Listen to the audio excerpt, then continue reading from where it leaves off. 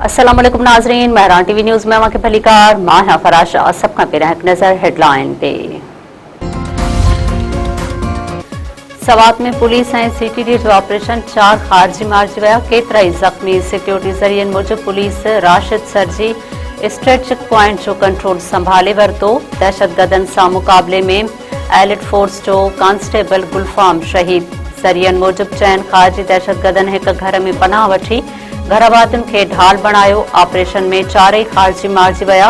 ख़ारिजियुनि जे मुकमल ख़ात्मे ताईं कानून लागू कंदड़ इदारनि जो ऑपरेशन जारी।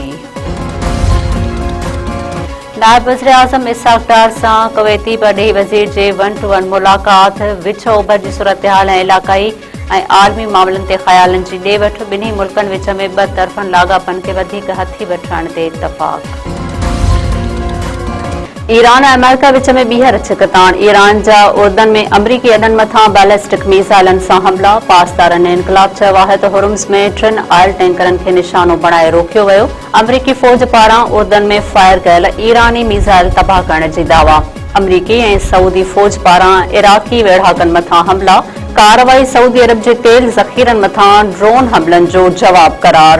ईरान जे हिमायती ग्रुप हशदुल शौबी जो चवणु आहे त सॼे इराक़ में हेडक्वार्टरनि मथां हमला कया विया। केतिरा ई माण्हू मारिजी विया आहिनि।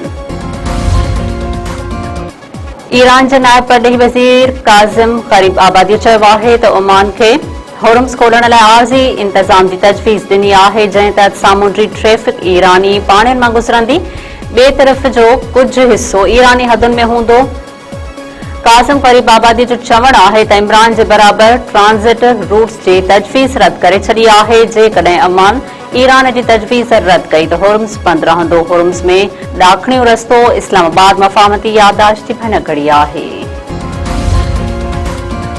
इस्लामाबाद समेत पंजाब जे मुख़्तलिफ़ इलाइक़नि में तूफ़ानी बरसात। लाहौर, गुजरांवाला ऐं ॿियनि इलाइक़नि में तेज़ बसकारो। रोडनि रस्तनि ते पाणी पइजी वियो। मुख़्तलिफ़ इलाइक़नि में केतिरा ई फीडर ट्रिप। बिजली जी फराहमी मुअत्तिल। मौसमियात खाते पारां 31 जुलाई खां 2 अगस्त खां सिंध में बरसातुनि जी अॻकथी। कराची, हैदराबाद, मीरपुर ख़ास, सखर ऐं ॿियनि इलाइक़नि में बि तेज़ बसकारे जो इम्कान। शाइरनि जे सरताज हज़रत शाह अब्दुल लतीफ़ भिटाईअ जो 283 उर्स शुरू। गवर्नर सिंध निहाल हाशमी मज़ार ते चादर चाढ़े तक़रीबुनि जो इफ़्तिताह कयो। सिंध जे कुंड कुर्छ मां लखें पांधीअड़ा भिट शाह पहुची विया। अॼु सुघड़ कचहरी, घोड़नि जी ड्रोड़ ऐं मल जा मुक़ाबला थींदा। सिक्योरिटी जा सख़्त इंतज़ाम। चंबड़ वेझो 4 ॿारनि जी माउ ख़ुदकुशी करे छॾी। ॻोठ गुलाम हुसैन लुंड में औरत पारी पुलीअ जो कखान घर मां लाश हथाए। मुबैना आपघात कंदड़ औरत जे मुड़ुस चयो आहे त कुझु ॾींहं अॻु 4 वरियनि जी धीउ फ़ौत थी वई हुई, जंहिं बाद घर वारी परेशान रहंदी हुई। सदमे में हुन इंतहाई क़दम खंयो आहे।